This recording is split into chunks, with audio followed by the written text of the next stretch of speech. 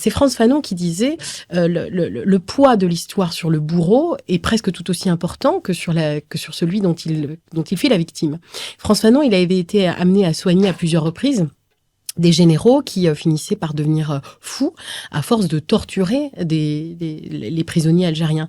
Et effectivement, il expliquait ça. C'est-à-dire que dans le travail de reconstruction, ce serait intéressant que, et c'est là où il y a un vrai travail sociologique et politique à amener en France, il est nécessaire de travailler sur cette histoire des deux côtés. C'est-à-dire autant de la part des afrodescendants qui ont à se reconstruire de ce traumatisme collectif, mais aussi de la part de ceux qui se pensent, parce qu'on n'est jamais vraiment issu d'une personne fantasmée gauloise qui aurait des origines uniques, françaises, etc. Ça, c'est une construction sociale aussi, mais il n'empêche que ceux qui ont des ascendances d'armateurs à Nantes, à Bordeaux, etc., ceux qui ont des ascendances de planteurs qui vivent encore aujourd'hui dans les îles, enfin, toutes les personnes qui sont très nombreuses concernées. Et c'est pour ça que dans le de près et de loin, on a aussi mis les descendants d'armateurs, voilà, de planteurs, voilà, de capitaines de navires, qui sont aussi présents et qui racontent leur propre généalogie. Et il y a une réparation collective à penser, non pas uniquement dans un seul camp,